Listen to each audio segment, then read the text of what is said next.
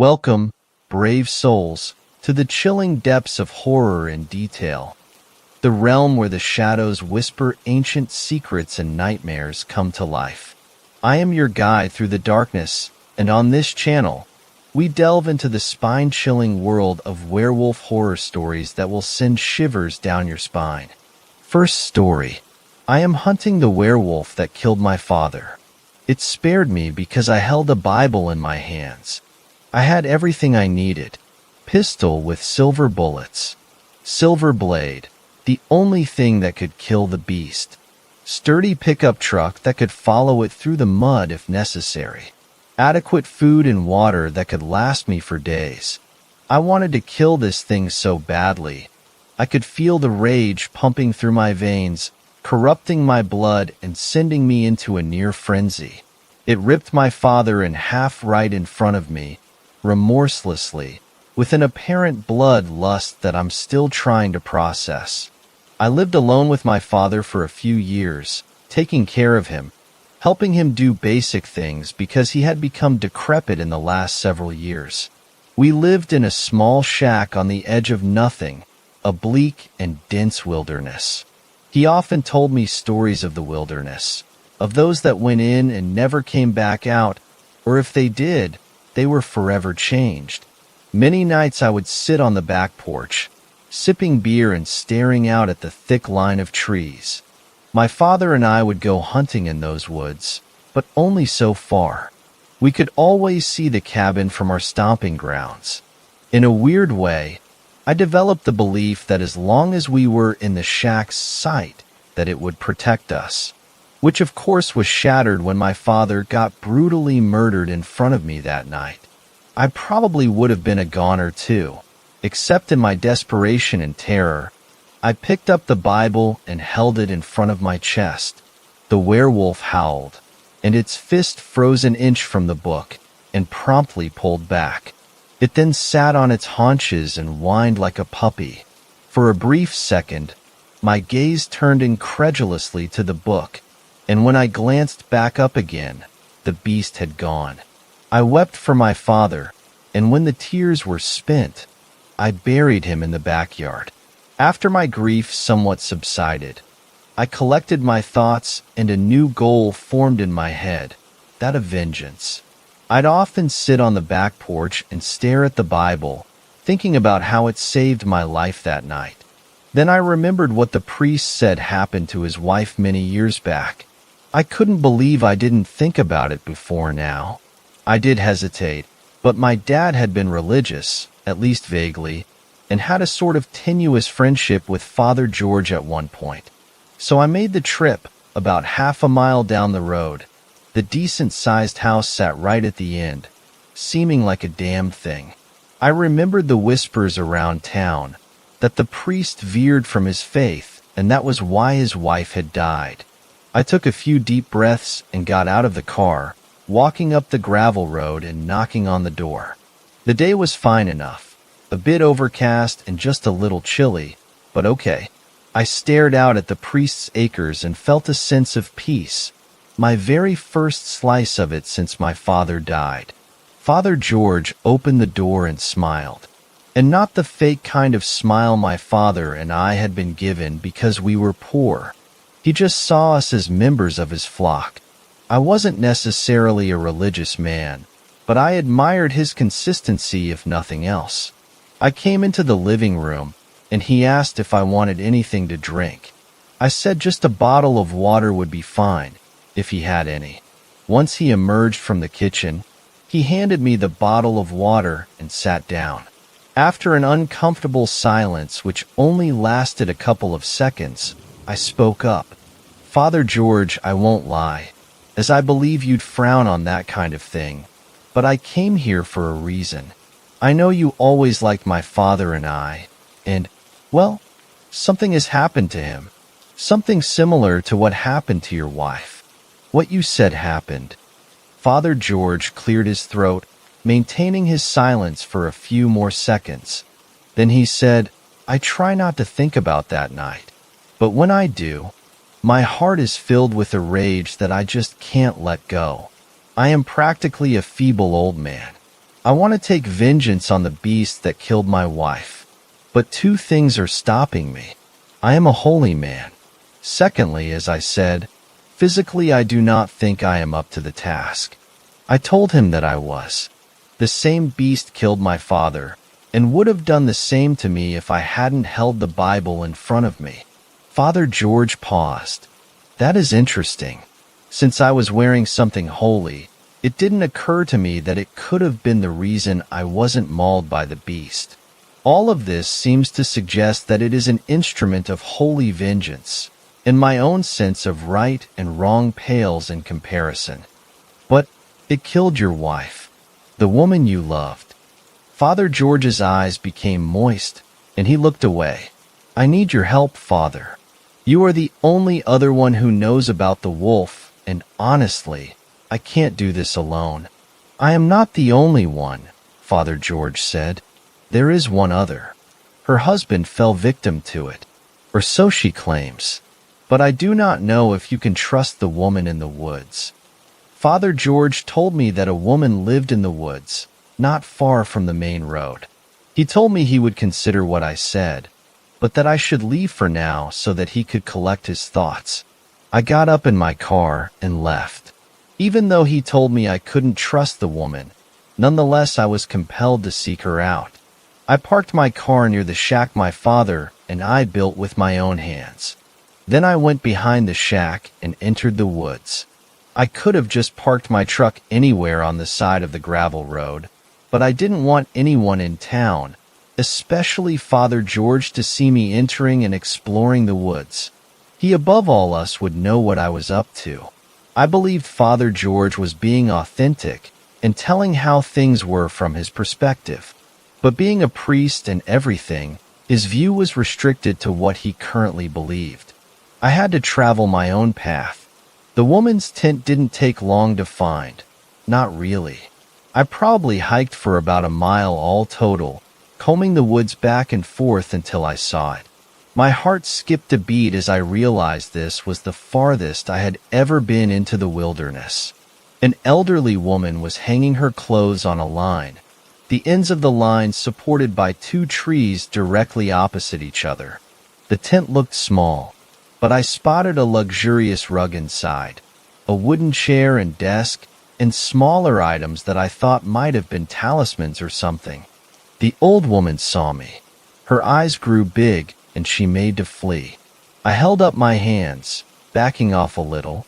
I just want to talk about your husband, I said. She halted in her tracks. Who told you about that? I hesitated. The priest who lives in town. The woman spat on the ground. That bastard has been spreading rumors about me for years. Well, I haven't heard them. She hesitated for several moments, then offered me to come into her tent and hear the real side of the story, as she put it. The woman introduced herself as Bethany. She said she and her husband had run a small business in town years and years ago, and based on the dates, it happened before I was born. After I said what had happened in the shack on that fateful, horrific day, she told a similar story to mine, and to Father George's, about how the werewolf broke into the place and slaughtered him right there. Bethany said it was the most traumatic experience of her life, and Father George painted her a liar. No one could corroborate her story, of course, but charges weren't brought. It explained why she fled the town and decided to live in the woods. The town had shamed her. I wasn't sure why I never heard the stories, or maybe my dad did and just didn't tell me. I would have thought one of the other people in town would have told me, but maybe she was the town's dirty secret, or maybe they were afraid of her. If you don't believe me, Bethany said, go to the only abandoned building in town.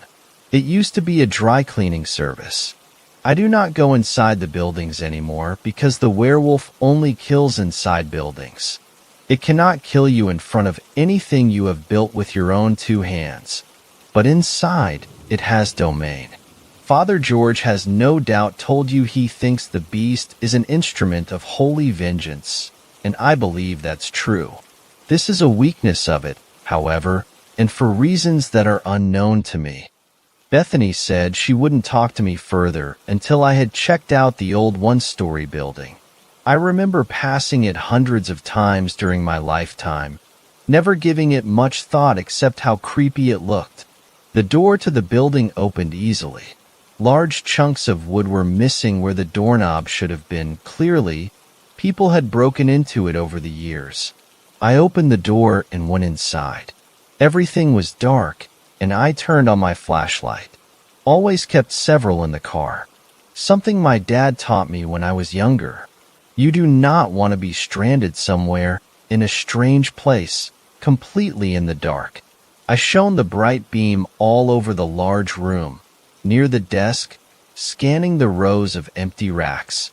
I didn't see anything of interest at first. Then someone's ghost materialized in front of me, and I let out a scream, almost dropping the flashlight. I was trembling too severely to move or flee. Bethany never should have cursed the beast, it said. I know she did it to avenge my death, but it's only brought pain to her. The ghost's voice was wispy. I could barely hear it, but the whispers sent violent shivers down my spine. The man had clearly been killed in a grisly way, similar to my dad, and I tried to avoid looking at the ghastly wounds. It remained for several seconds, before wavering and disappearing. As soon as the trembles ceased and I knew the ghost had gone, I fled the building. I hurriedly opened the truck door, fumbled putting the key in the ignition, finally turning it. I took the car out of park and peeled the hell out of there. I had unfinished business with the woman in the woods. Based on what the ghost of her husband said, it stood to reason that she was responsible for the wolf creature killing my father. After all, it seemed that her cursing the beast resulted in something horrible happening. The ghost disappeared before I could find out what. On the other hand, the woman cursed the wolf creature to avenge the death of her husband. So it killed before that. Bethany was still putting her clothes on the line when I came to her little clearing. A pang of sympathy momentarily sliced through me. I was still angry at the prospect that she was responsible for the beast killing my father, but I didn't see it as deliberately murderous, more like blind fury. I met your husband a little while ago, I said. His ghost. You didn't tell me I'd meet a ghost. I said, I can still see the terror in your eyes. You are telling me the truth, Bethany said. He told me that you cursed the beast to take revenge. My husband was a kind man, but only told you part of the story. For some reason, I felt as if his ghost gave me the power to curse the beast to channel its killing urge to annihilating those that lack faith. Because my study of the occult has led me to believe that the priest is responsible, albeit indirectly, for the origin of the wolf. It came to be because he had faith, then abandoned it. After the death of my husband and its transformation by my hand, the werewolf seems to seek the same in its victims. Be but his wife, I started. She died, yet he survived. You said that it seeks out those that are like him. He should have died. You mentioned the werewolf didn't attack you when you held the Bible. If Father George was dressed as a priest in that moment, he would have been spared. I found this strange. Sure, it explained why he had been spared that one time, but not all the other times after he could have killed. It didn't seem possible that he'd be dressed like a priest 24/7, or carrying a Bible. There had to be a better explanation. Honestly, I didn't know what to think. This werewolf seemed equal parts mystery and horror. I realized I couldn't rely on the perceptions of Bethany or the Father George. I needed time to think. I knew that each second that passed would give the werewolf another opportunity to kill me. I figured that as long as I held a Bible in my hands, I'd be safe. So much had happened that I couldn't even think straight. That was as much of a danger, if not a higher one, than giving the beast more time to annihilate me. Driving back to my shack, I noticed how deep the night had settled into everything, pervading every crevice my eyes could see, and all the hidden ones that people probably wished would just go away. Back at the shack, I sat on the wooden chair and leaned over the desk. I lit the lamp on the desk a few moments before, and a soft glow filled the room. I realized I hadn't gone through the trunk since Dad died, and that I probably should. I opened the trunk, seeing all the possessions he had accumulated over the years. Most of it was loose leaf papers or small, leather-bound journals. I did my best to go through them all, making sure to keep the Bible close for protection. Once I had read most of the journals and papers, I just sat there, incredulous. My dad had known the wolf, had conversations with it. I remembered he told stories of those who went deep into the woods and never came out, but apparently he was one of the lucky souls who did and lived to tell the tale. My mind returned to the question of why the werewolf had spared the woman in the woods and the priest, while killing the priest's wife and the woman's husband. My rage at wanting the thing dead dissolved into an intense curiosity and then spiked into a constant state of low terror. I hadn't been very deep into the woods. My father had built a kind of vague mysticism around it. The thing he had used to instill such a feeling of terror in me was something I knew I needed to chase after despite my fear. The woman believed that the werewolf killed her husband for reasons unknown to her, and killed the priest's wife because of its lack of faith after she transformed it, channeled it, as she claimed. But Father George had been wearing holy garb, equivalent to my Bible, so why had he been spared? She had even said the werewolf had been created from Father George's lack of faith. Not just lack of faith, but having abandoned his faith. Of course, the faith might have ebbed and flowed in the man, considering he was still a priest, but did the beast really make such distinctions? Underneath all the papers in the trunk was a secret panel. Inside lay a shining pistol. I checked to make sure it was still filled with silver bullets. It was. My father told me that if I ever needed to go into the woods, that I should take this pistol with me. But be warned, son. Despite what you might have read, you cannot kill the werewolf with a silver bullet. Only seriously wound it for a time. I grabbed the pistol and headed into the woods. The moon seemed suspended in a hammock of clouds, and I swallowed nervously. I know how werewolves are perceived, except my recent experience taught me that werewolves are real, and that they can be vicious killers waiting to pounce from the dark at any moment. As I went deeper into the woods, my fear increased. I could feel my blood pumping in my ears, and my left hand shook around the pistol. I didn't even know what I was looking for, but for some reason, I knew that if I went far enough into the woods, I'd find what I was looking for. Eventually, I came across a cave tucked behind a thick line of trees. I barely glimpsed it as I scanned the trees, but then my eyes went back to the blur of gray between the trees. If the werewolf was hiding anywhere, it would be inside, I told myself. I crept closer to the cave, pointing my flashlight closer to the ground so that I wouldn't arouse attention. I jumped several times while approaching the cave, but the sources of the sounds were only harmless critters. Once I was near the mouth of the cave, I had no choice but to shine my flashlight inside. I didn't see anything at first, so I had to venture further into the cave.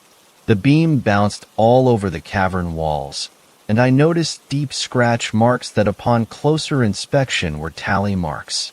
When the beam finally caught a patch of dark brown fur, which seemed to shudder with each long, beastly breath, I screamed. Two red eyes, sleepy and menacing, peered from the bubble of darkness. "You are your father's son." "I know you," the werewolf said. "Stay back," I said.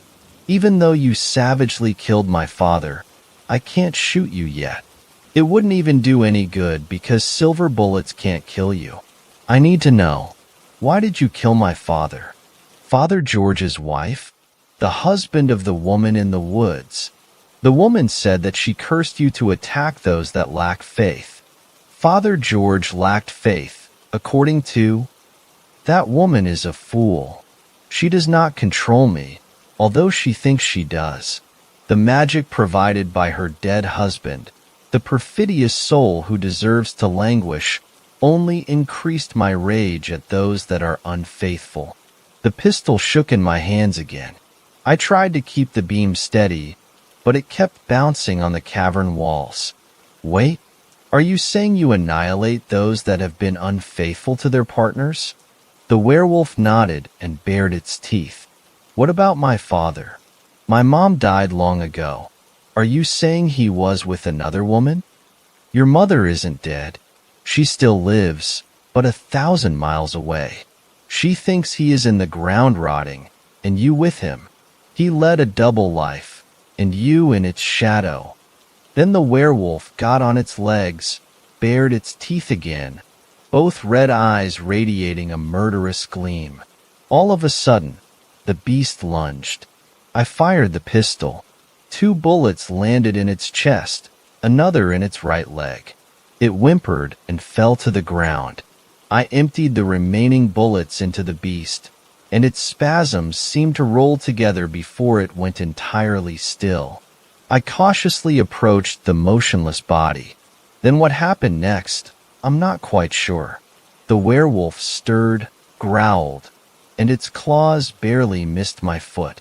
A billowy cloud of smoke filled the cavern, first a deep and frightening black, then becoming white and ghostly. My feet and arms weren't my own until several minutes later.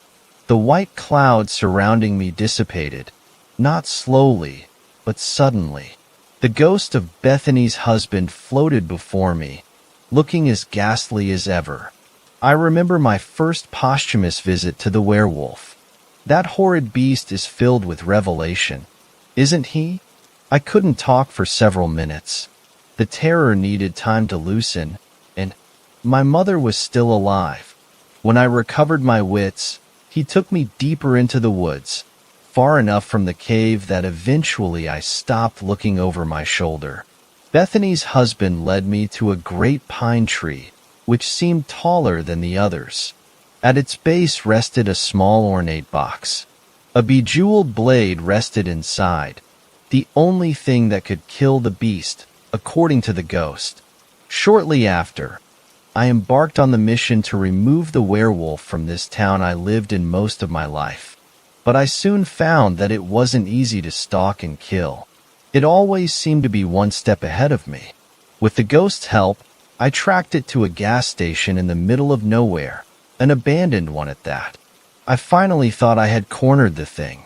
Part of me didn't want to extinguish it for good, because it had known about my mother.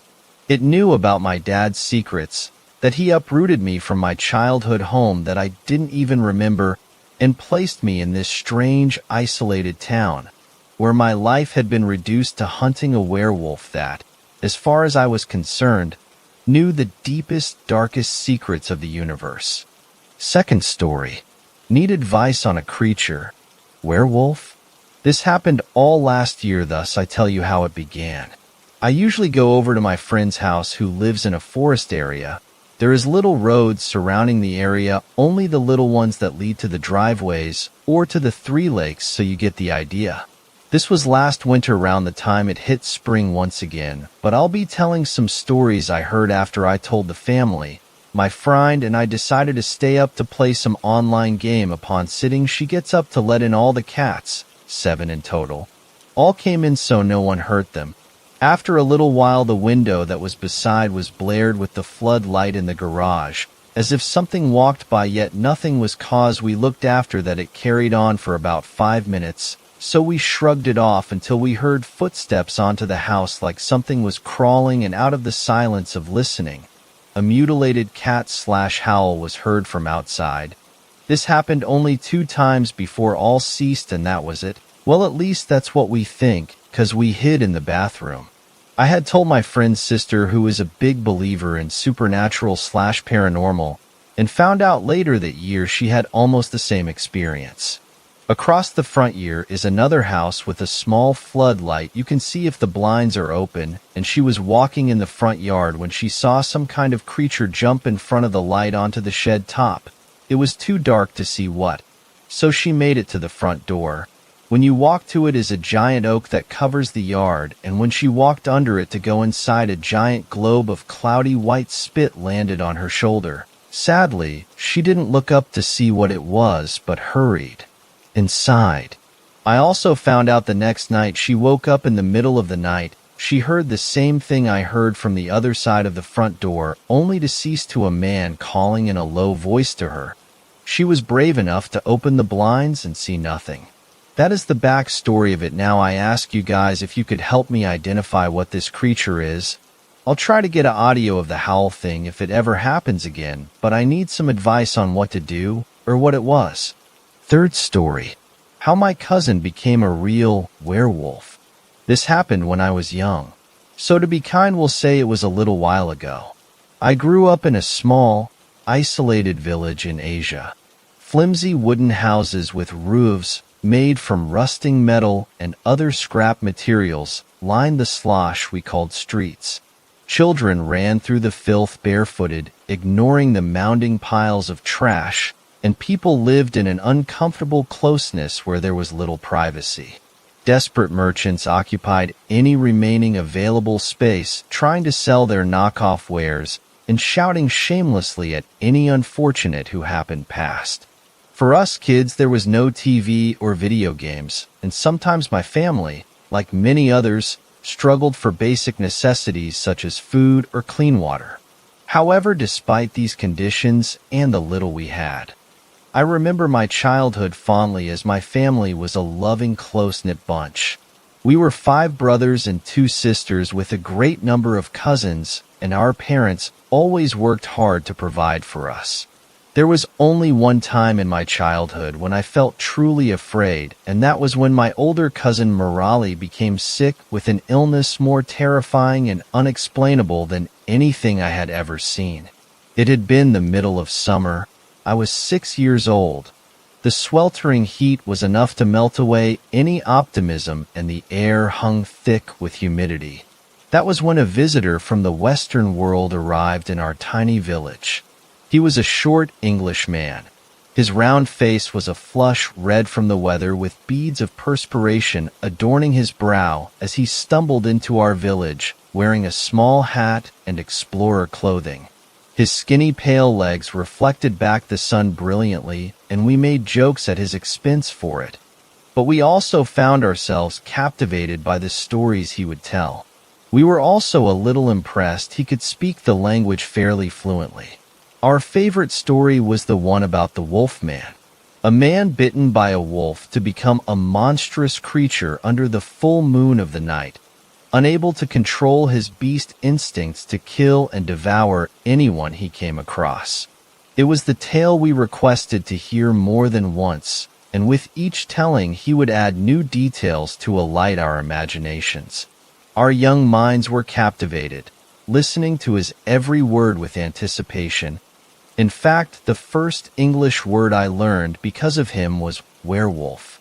We would even play werewolf amongst ourselves when we could.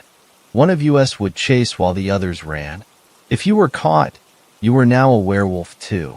The game was fun to us until one day a group of us had run the wrong way down an alley and found ourselves face to face with a pack of feral dogs.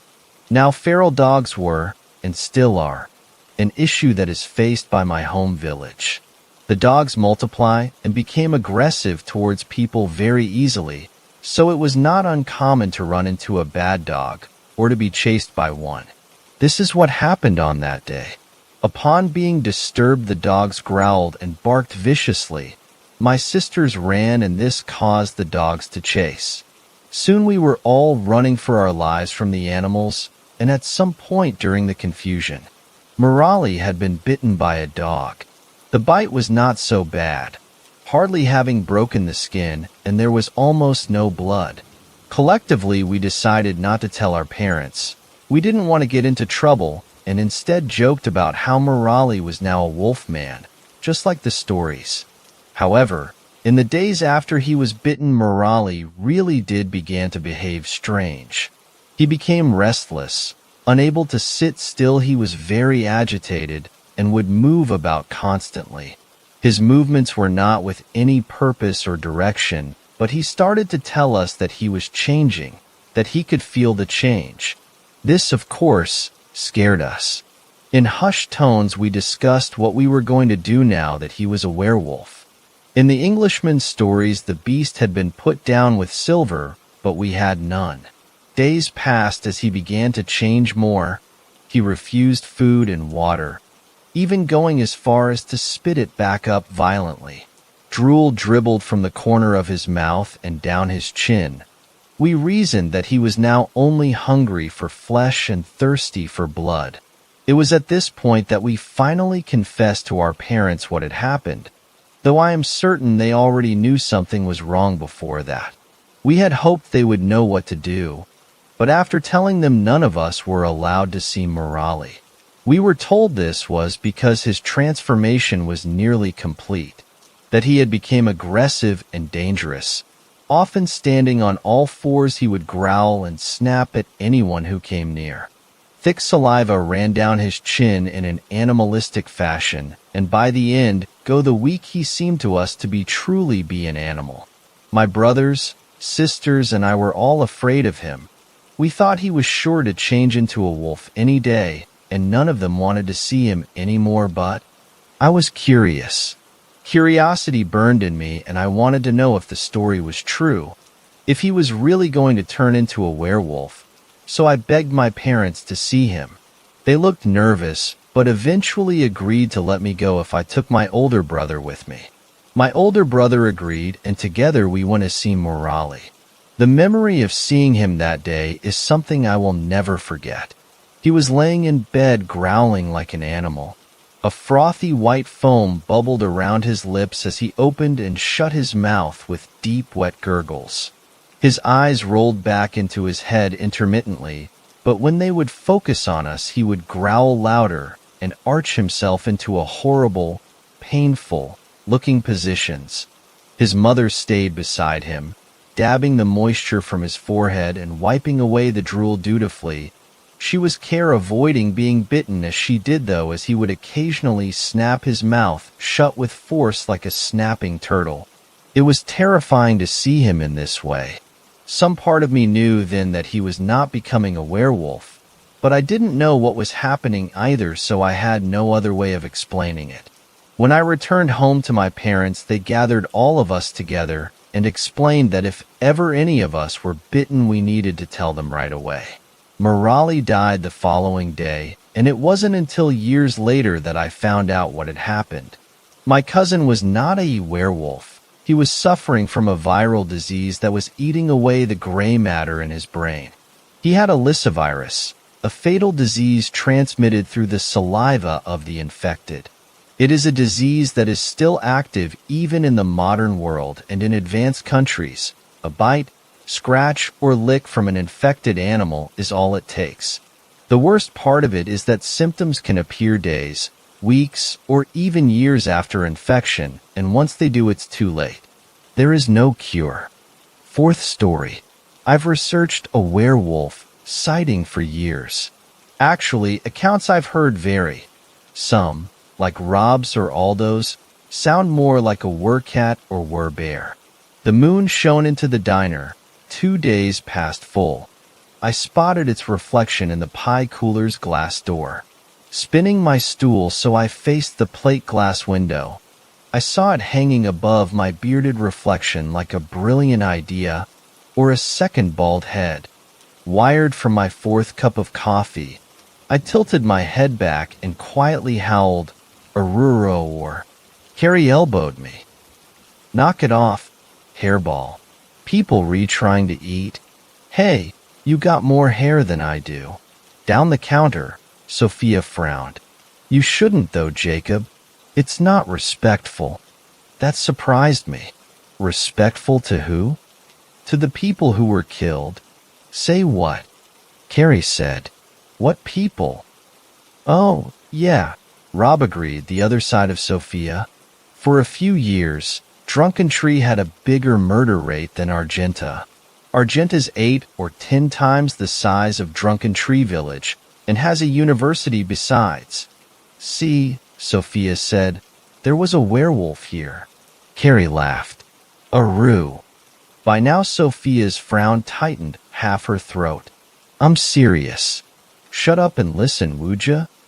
Okay, sorry. There were a bunch of people in here one night, and a guy comes in. He orders 3 hamburgers and sits down. But people hear him growling, and all of a sudden he sprouts hair and claws and nails. What was he taking?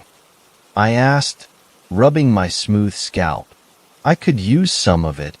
If I'd had any hair, Sophia's glare would have shriveled it.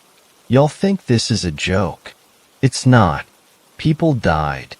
People die every day, Soph, Carrie said. Just tell your story. Wait, was it a full moon? That's what I heard.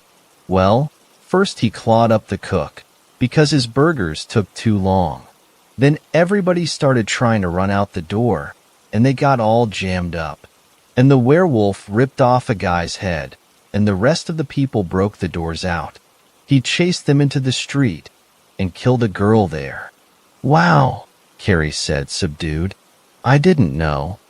2 people died, and the cook was crippled, and some other people got sort of trampled. And the werewolf ran off, and nobody ever figured out who he was. Carrie picked up a French fry, looked at the ketchup, laid it down again. That's messed up. I had to agree. I'd researched that night for years and never heard a more garbled version. Rob also agreed, it turned out. Geez, Sophia, you got nearly everything wrong. I started to worry the frown would freeze on her face. What do you know about it? She asked. More in you. I was here. I heard a snort by the cash register. Sure you were. The counterman, Aldo by his name tag, had gotten interested. Half the university was here that night, if you believe everyone. He stepped closer.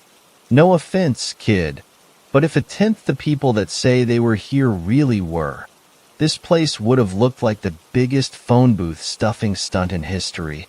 Rob shrugged. I was though. So were you. And that black cook, Jerome. You used to wear a red apron. Hey, yeah, I did. That thing saved my balls that night. Jerome dropped his flipper, crawling under the counter, and I slipped on the grease and hit the fryer. Splashed hot grease all over my front. I shucked that apron faster than Gypsy Rosalie. If it hadn't been so thick, IDA probably fried my man bits. He looked at Rob more closely. Where were you? Rob pointed down the counter's length. I'm the one who broke out that window. He leaned forward, elbows on the counter. You see. Sophia cut him off, gaping at Aldo. You saw that night, and you still work here? Why shouldn't I? I gotta work somewhere. Well, but what if he came back? Aldo chuckled. What? You think he misses our burnt sugar pie?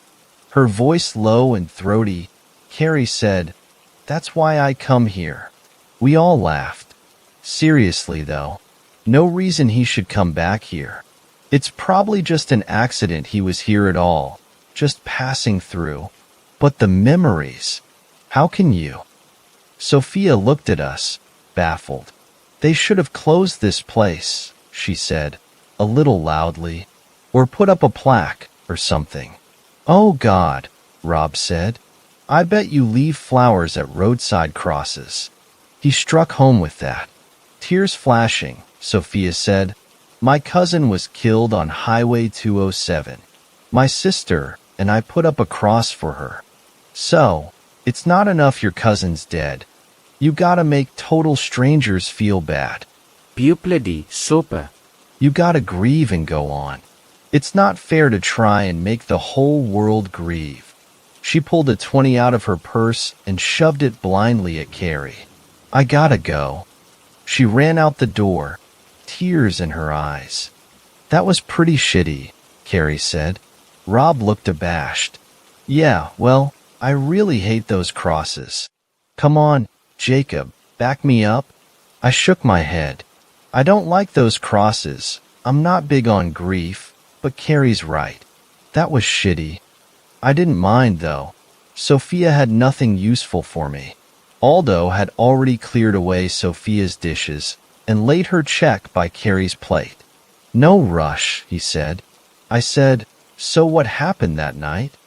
Carrie looked at me and shrugged. Okay, yeah, what happened? Watching for Carrie to object, Rob slid onto Sophia's stool. I was here with a girl. I can't even remember her name anymore. We were sitting over there. He pointed at a short row of two-person booths. I didn't see the guy come in. He was alone at the counter and just starts growling and snarling. And he grows these giant claws, like a bear. He stands up, and all of a sudden he's like 7 feet tall. People are screaming and running for the door. Aldo nodded. Rob went on. A big guy, biker type, tries to get the guy in a headlock. The guy just reaches behind him and rips the biker guy's belly open, like it was paper. Now, when the bear guy first stood up, he broke his stool right off the floor. Aldo interrupted. The inspector made Cliff replace all the stools after that. Said they weren't sturdy enough. Well, I'm lucky that one broke. It fell right by our booth.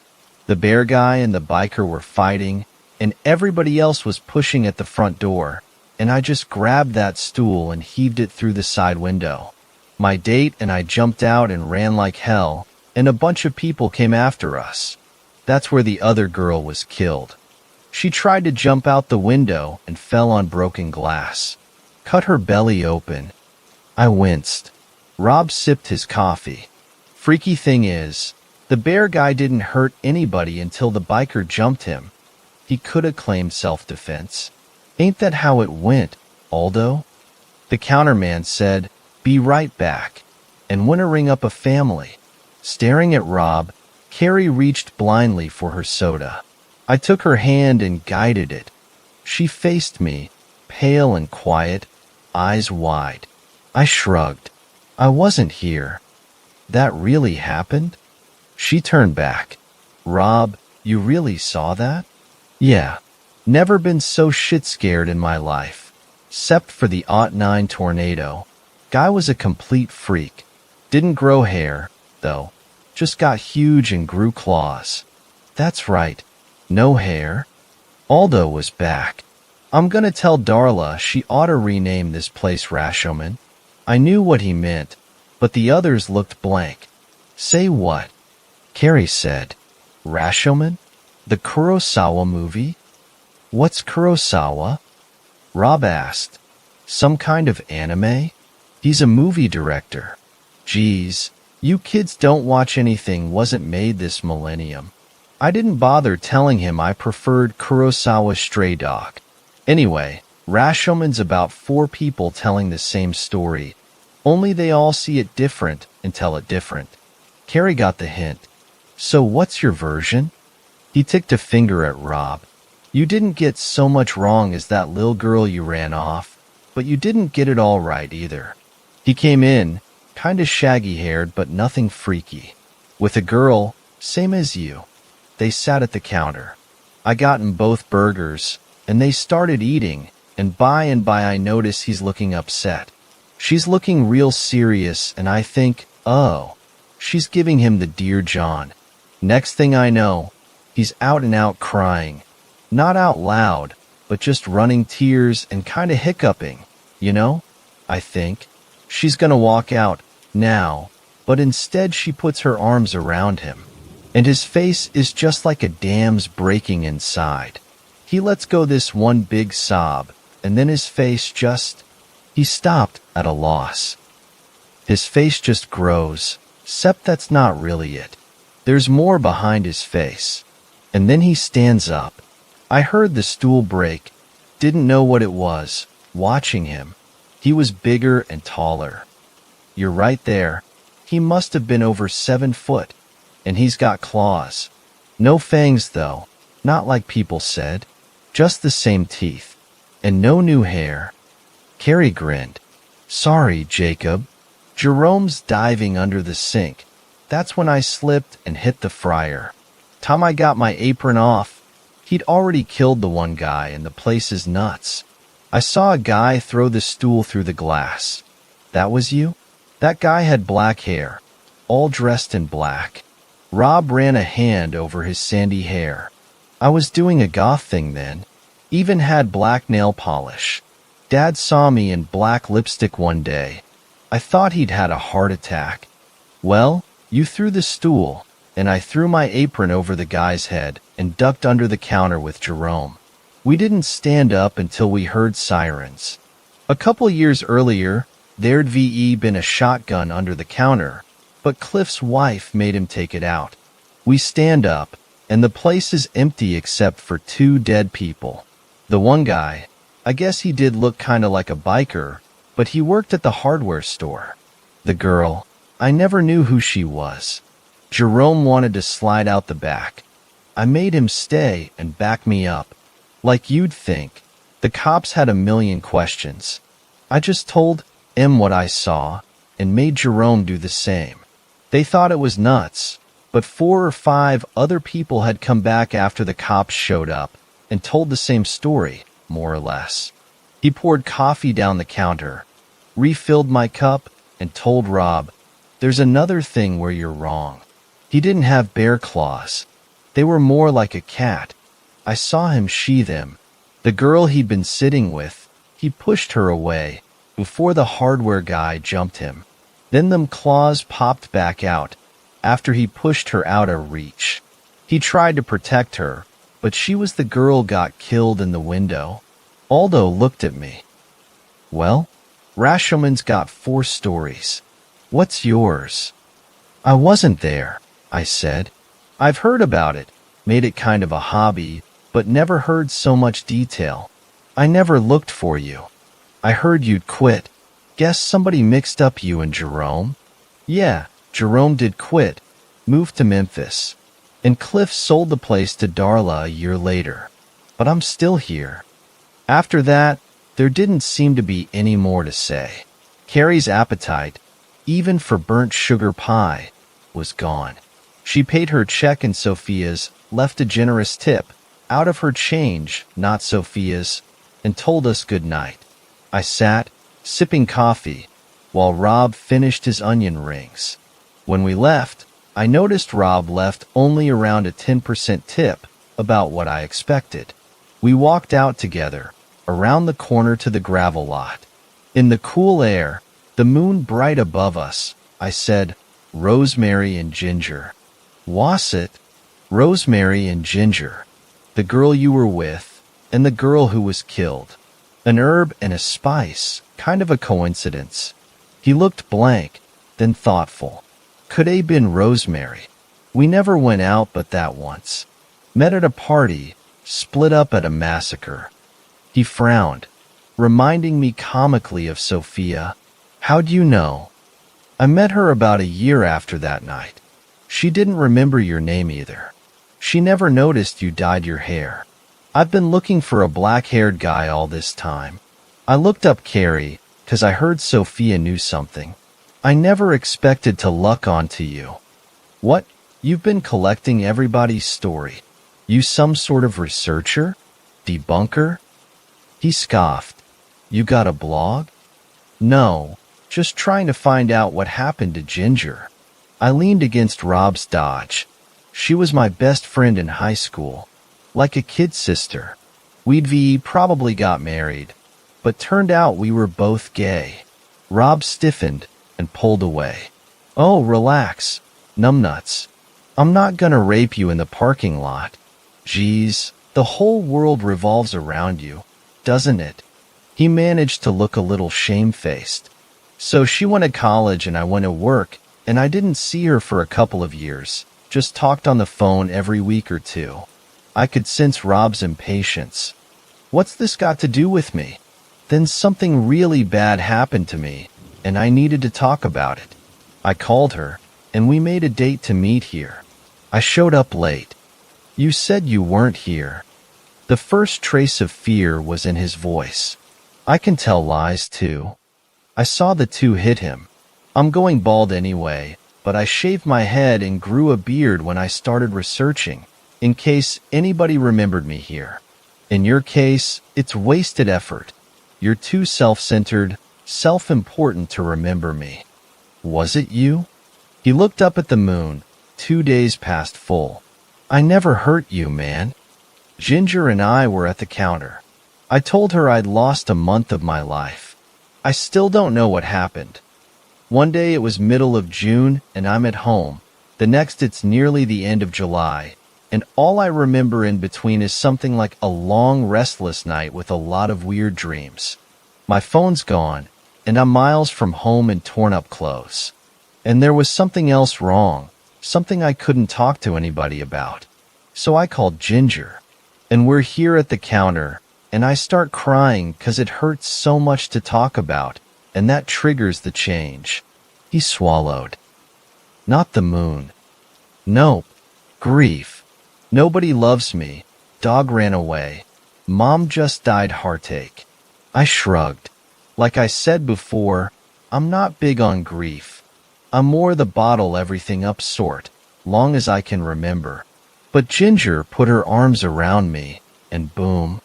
I could hardly hear him. He'd grown so breathless. Why are you telling me this? Rosemary told a different version of the story. For one thing, you ran off and left her for the monster to eat. And she couldn't remember your name, so she never said anything to the cops about how Ginger died. But when I found her, she told me. She saw me change and saw you throw the stool. She saw me push Ginger back, out of harm's way. And she saw you grab Ginger and push her across the window frame, across the broken glass, so you could use her as a stepping stone to get out. He was trembling from head to foot. I smelled where he'd soiled his pants. Okay, Ginger, I thought. I can be sad, now. I thought about my friend, about how much we'd shared. I thought about her embracing me that last night, and felt tears begin to sting. God, Ginger, I cried out. I miss you so much. Sometimes, it's necessary to let the grief out. Fifth story. The time we saw a werewolf. So, after searching for a bit for a place to submit this where it will be seen, I decided to try it here. This is a 100% true story, and I am using a throwaway in order to provide a little more detail. This story takes place my freshman year of college at the University of Alabama. Since I was living in the dorms, my friends and I would often drive off campus and into the country in order to smoke weed away from our ACE and the campus PD. On this particular night, one of my friends and I just finished rolling up a giant blunt and drove off into the night to enjoy it. Once we were far enough away, we went ahead and lit it up and continued to drive throughout the duration of it. After it was finished, we drove into a thick fog, had to drive 5 mph because we literally could not see. We ended up driving out of it and found ourselves in familiar territory. I usually drove away from campus without any real destination, but reflexes, etc., would tend to lead me down the same path. Anyways, we have been here before on previous nights, and there's this creepy stop sign which appears black and unreadable until you are literally 5 feet from it, which we always thought was weird. That has nothing to do with this story, but I tend to ramble, especially when reliving things like this. So after driving out of the fog, we were driving past random houses in the country when we noticed a giant black figure and eyes staring at us from the front of someone's yard. We both did a double take like, "Did you just see that thing?" It was so significant that I 3-point turned my car around to go get a better look. Heading back, I creeped along slowly until we got back to the thing and just stared at it completely silent. At this point, my car was almost to a stop while I stared in amazement at this giant creature. The thing took notice and stood up slowly onto 4 feet, and then onto its hind legs, and I mean this thing was huge. If I were to guess, I would say at least 7 to 8 feet tall. After a couple seconds, it tears off towards us running like a cheetah, basically launching itself through the air with its front legs. When I see this, I slam on the gas and start to take off, but the creature reaches the side of my car before I can accelerate fast enough to lose it. It's now on the passenger side of my car, running along with us and staring at my friend through the open window. He's pushing me against the driver's side door in order to give himself distance away from this monster. Judging by the size of my car, and that this thing head was literally staring at us through the window, I would say that it stood 4 to 5 feet tall on 4 legs and had a giant head with huge fangs, easily capable of ripping off an arm or one of us out of the car. Eventually, with my foot all the way on the gas while staring at this beast in horror and amazement, we gain enough speed to start pulling away from it, 30 to 40 miles per hour, I would guess. And the beast tears off into the woods. We both just sit in silence until we gather ourselves and recount what we saw in order to make sure we both saw the same amazing thing. Some of you may criticize this story since we were both high, but this was an everyday occurrence, and we both saw the same terrifying thing. After analyzing other more likely creatures, I came across this picture of a hairless bear, which honestly does look a lot like what we saw. So who knows?